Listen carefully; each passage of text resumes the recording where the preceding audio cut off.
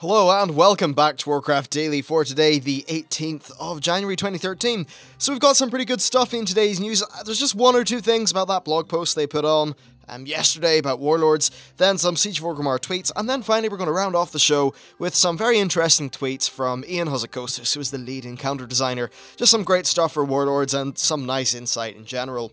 So first of all, this blog post. Well, I've already covered the boost stuff yesterday in a 35-minute video, so if you missed that, then check it out for the coverage. I'm not really going to talk about it anymore, though, until anything actually happens, which probably won't. Anyway, so first of all, the beta. Well, they actually said that the beta was coming soon, and that anyone who wanted to be in it should be sure to opt in.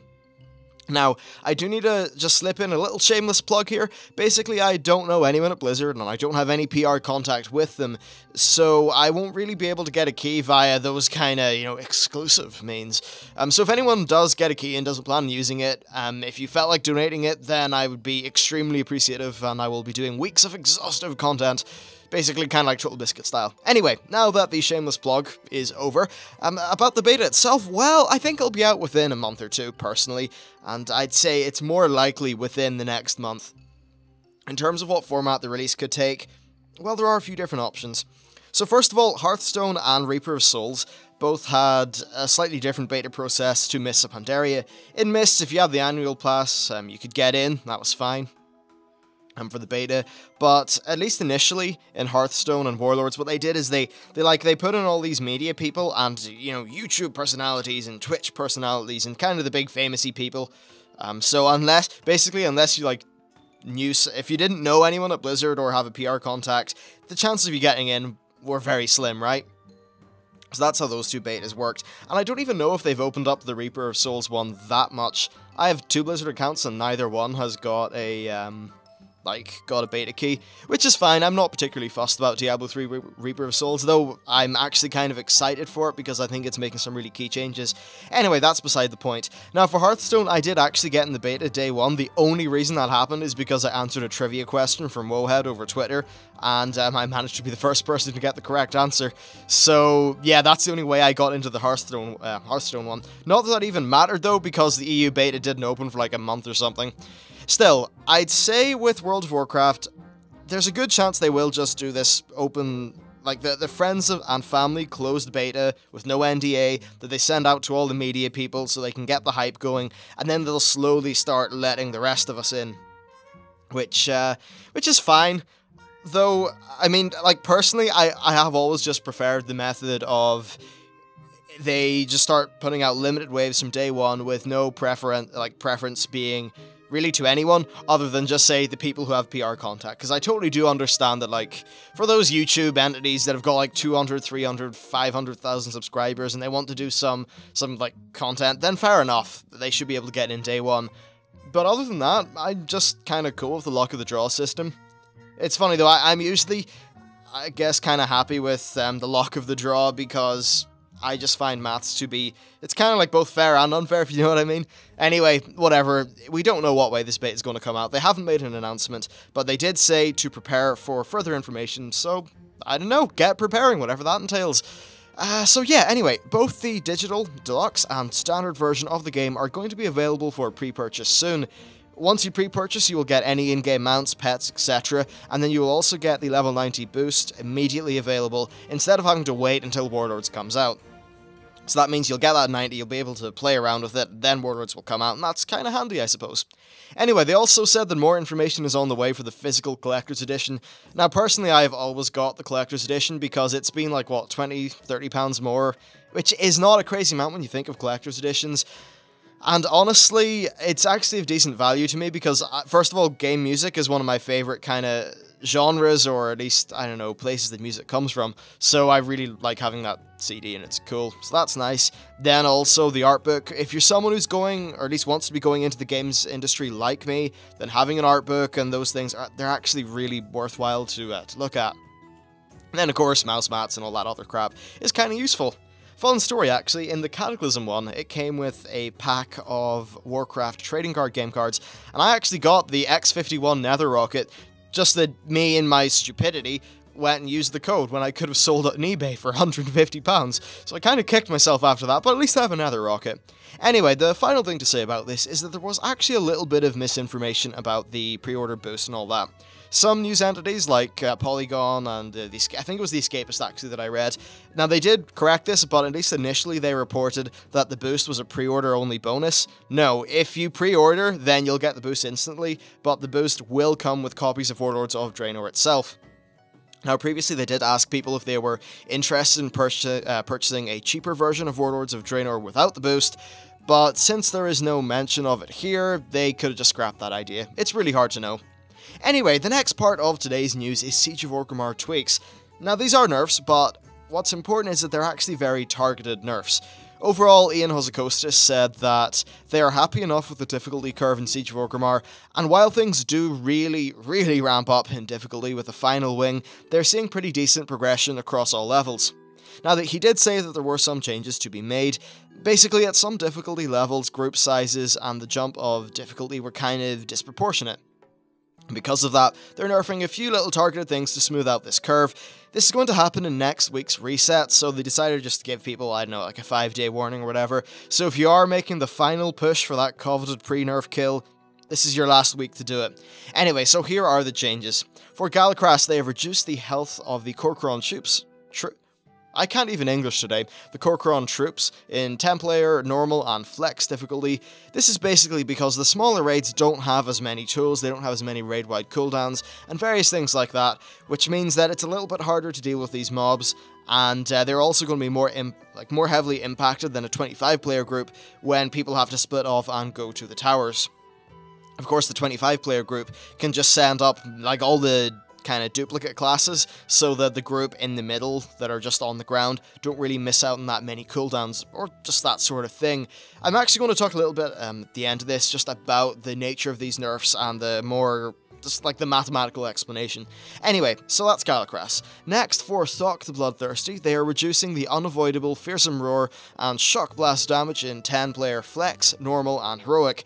Basically, smaller groups have fewer cooldowns and all that, so it's harder for them to deal with the increasing damage as it ramps up with Acceleration, and they're seeing more difficulty in 10-player than 25, which of course is not the design intent. They're supposed to be roughly equal. Next, we have Siegecrafter Blackfuse, and this has actually had a heroic nerf, interestingly enough. Basically, it is far harder than the preceding 11 bosses, so they're going to be reducing the raid-wide damage from Magnetic Crust, or Magnetic Crush even, as the Shredder's Overload ability, and then Superheated. And then further to that, they are reducing the health of the disassembled turrets. Then on the 10-player heroic only mode, so this doesn't apply to the 25-player people, they are reducing the health of the crawler mines because 10-player groups have got fewer tools to control them. Then finally, for the Paragons of the Calaxy, that's a boss that just scares me by looking at the damn dungeon journal for it, but basically it's very close to where they want it to be in Heroic, and they're just making 1 or 2 tweaks by reducing damage from Fiery Edge and Multi-Shot on Heroic. The reason they're doing that is because they want to still keep the coordination-related difficulty with all the different bosses, but there were sometimes some very frustrating deaths when a few different abilities would line up based on the amount of bosses you got and all that stuff, and it would just end up nuking people, and it was frustrating. It wasn't really a fun fight because of it.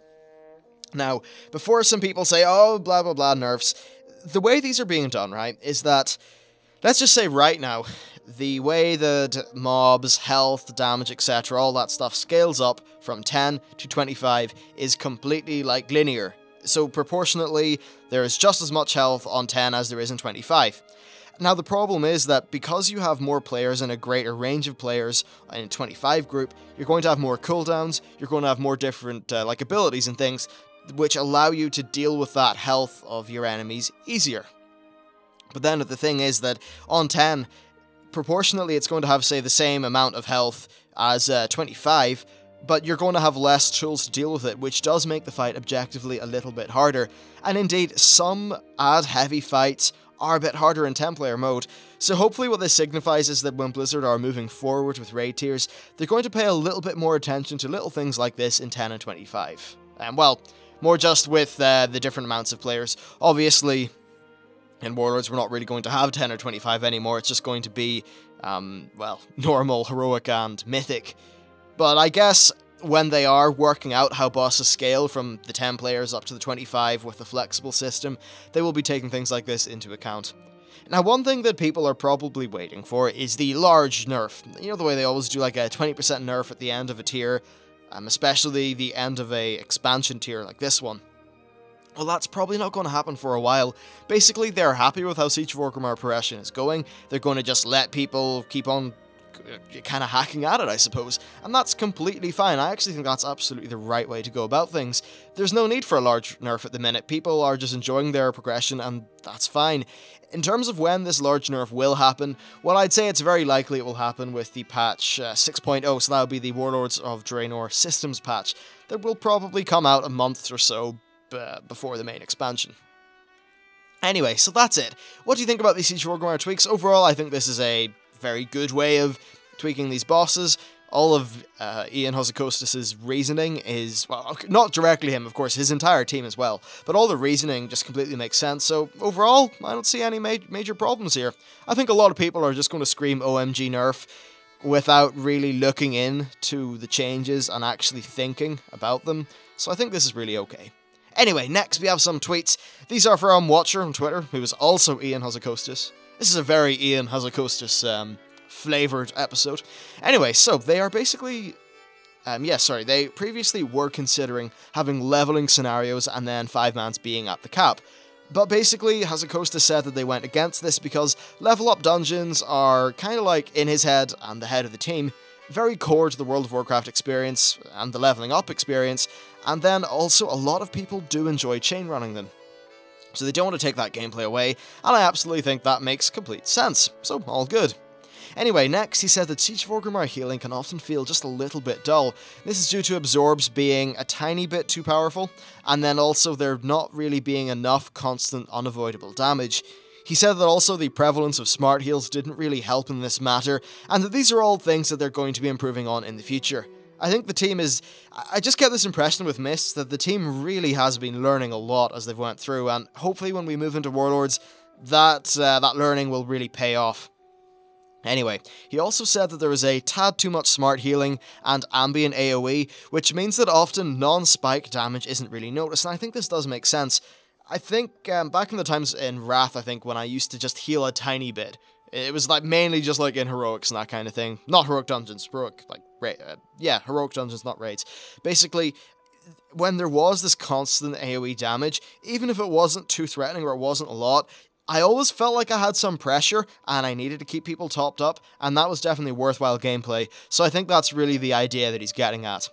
Anyway, next in regards to the Stone Guards boss, which is the very first one in Mists of Pandaria, he said that it was likely mechanically just a little bit too much for the first boss of an expansion, and that things like Jinrock and Immersius worked a little bit better. Basically, it's really important in his mind that the first boss of an expansion is kind of, not that it's ultra easy, but yeah, it should be a bit easier, but also it should be quite readable and have mechanics that just speak to people, they're simple, and they're kind of fun. Now, I don't think Immersius really works after you outgear it, because you end up waiting for a long time, and it's just very boring. But at least if you're kind of low in gear, and when the sort of struggles of Immersius really do play into how you play, in that it's actually hard to damage down those blobs before they make their way back into the middle of the room. It's actually a really compelling fight when it's like that. Jinrock, however, I think is one of the best first bosses of a tier that there has been. Jinrock was damn fun, he wasn't too hard, he had all the kind of like things of an interesting fight. He had the gather in and nuke the boss down, he had the cool stuff with the things you could get into, the water pools, and then them getting electrified. Everything in that fight just made so much sense in terms of just common sense, and I think it was just rolled together in this superb little fight. And I also really enjoyed it on Heroic, though sometimes you could get RNG bullshit with how the lightning ball spawned. But anyway, I digress. I think absolutely the first boss in Warlords should be the kind of thing that's a little bit easy, very readable, and one of those fights that just prioritizes fun. So more of a Jinrock, less of an Immersius, but definitely not Stone Guards. And just one of the important things is that the first boss is the one that will get a lot of people into raiding when they try out a new expansion. with normal, now with flex and normal and that whole thing that's going on, I'd say a lot more people will be jumping into raids for the first time, so it's nice, it's going to be very nice if we just give them a very good curve with fun bosses that make sense, and there definitely is a lot of potential to just reignite the raiding scene in Warlords, which is all very good. Anyway, and finally, for his last tweet, when he was talking about Mythic, he said that they're not going to be shoehorning any class-specific mechanics or anything like that in, just for the sake of it. And that basically the nice thing about Mythic mode, and the way they can essentially assume that there is going to be one of every class, is that when they do have good ideas in regards to class-specific fight mechanics, then they can implement them without any worry. They couldn't do that in any other bosses currently, because say 10 Heroic. On 10-player Heroic you can't guarantee there's one of every class. So this is absolutely fantastic, and one of the great things in World of Warcraft, in my opinion, is when you can really implement the nitty-gritty aspects of your class into a fight.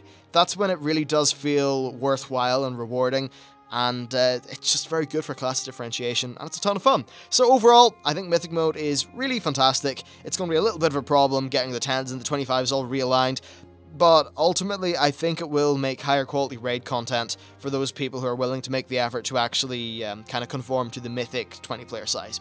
Anyway, that is it for today's Warcraft Daily. I hope you enjoyed it. If you have any responses, feedback, etc., leave it down in the description, and please drop a like if you liked it, because it does actually help out. Anyway, that's me for today, and I'll see you next time.